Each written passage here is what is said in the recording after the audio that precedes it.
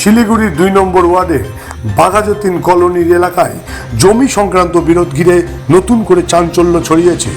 স্থানীয় এক বাসিন্দা বিজেপি নেতা প্রদীপ চৌধুরীর বিরুদ্ধে জমি দখলের অভিযোগ তুলেছেন।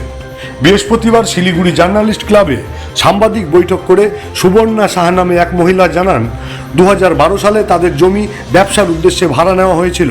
অভিযোগ, নির্দিষ্ট সময়সীমা পেরিয়ে যাওয়ার পরেও সেই জমি ফেরত দেওয়া হয়নি। পাশাপাশি তার দাবি, জাল নথি তৈরি করে জমির মালিকানা দখলের চেষ্টা করা হয়েছে।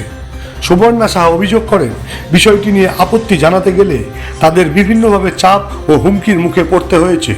বর্তমানে এই ঘটনাকে কেন্দ্র করে আইনি লড়াই শুরু হয়েছে এবং দুই পক্ষই আদালতে দ্বারস্থ হয়েছে। বিষয়টি স্থানীয় বিধায়ক শঙ্কর ঘোষের নজরেও আনা হয়েছে বলে জানান তিনি। অন্যদিকে সমস্ত অভিযোগ ভিত্তিহীন বলে দাবি করেছেন বিজেপি নেতা প্রদীপ চৌধুরী। তার বক্তব্য, রাজনৈতিক উদ্দেশ্য নিয়েই তাকে ঘিরে অপপ্রচার চালানো হচ্ছে।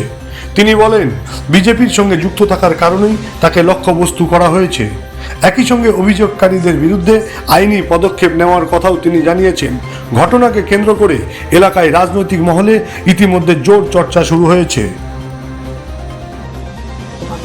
এইবার এই বিষয়টা হচ্ছে আমার ব্যবসায়িক বিষয়। আমি এটা করেই আমি 2006 থেকে ব্যবসা করে শুরু করেছিলাম। 8-এ গিয়ে আমি একটা সেট আপ রেডি করেছি, তারপরে থেকে আমার ব্যবসা চলছে। প্রত্যেকের ব্যবসায় কিছু না কিছু কম বেশি থাকে।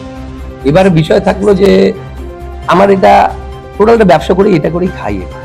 আমার তো আর রাজনীতির আমার ব্যবসা না, সেবার মাধ্যম নিয়েছি, রাজনীতি আলাদা বিষয়। কিন্তু এটা তো ব্যবসা করে খাই। তাহলে কি আমার ব্যবসা এতদিন ধরে চলতো?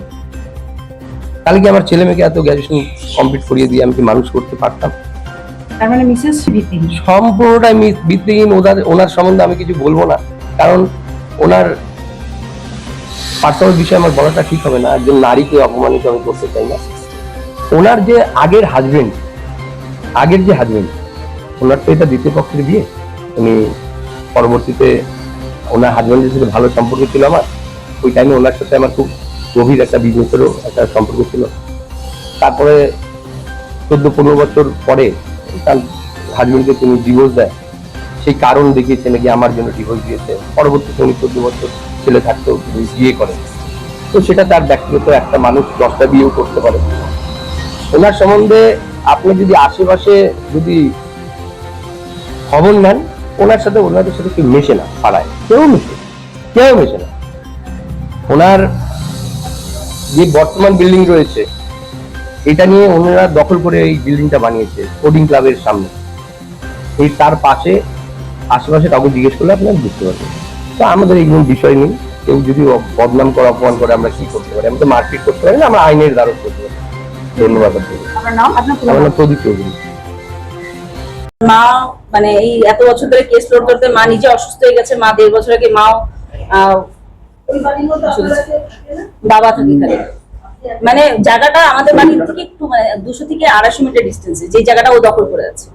আর আমাদের বাড়িতে বাবা এখন একা থাকে। ওখানে বলেন আপনার দোকান এবং পেছনে বাড়ি? হ্যাঁ, দোকান না, বাড়ি না, খালি ভ্যাকেন্ট টিন শেড দেওয়া আছে।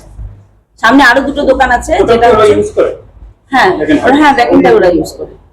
আর কালকে আমি ফেসবুকে দেওয়ার পর আমি অনেক ইনডাইরেক্টলি অনেক কিছু পাচ্ছি যে ও বলছে যে এবার ও আমাদেরকে দেখাবে, মজা দেখাবে। তো আমি এখান থেকে ইসে করেছি, ডাইরেক্ট আমি প্রধাননগর পুলিশ স্টেশনে গিয়ে একটা জিডি করে আসবো যে আমার বাবা একা থাকে, সেটা তার সুরক্ষার জন্য আমি একটা জিডি করে আসবো। এখানে পরিবারে আপনাদের কে কে আছেন?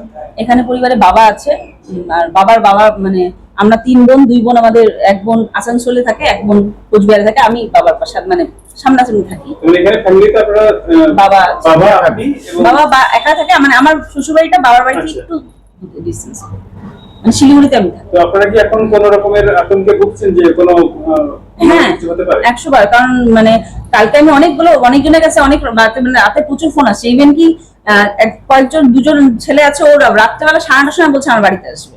তো আমি বারবার করে বলছি কিসের জন্য? বলছে দিদি আমি আপনার সাথে কথা বলবো। তো আমি বলছি তুমি কোনো প্রেস থেকে?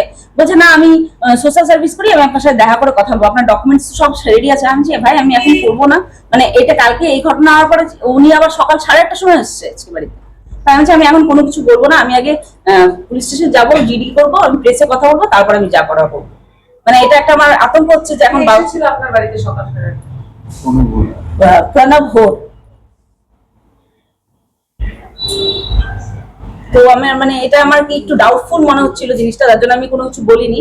তো আমি এখান থেকে ডাইরেক্ট আমি প্রধাননগর পুলিশ স্টেশনে যাই।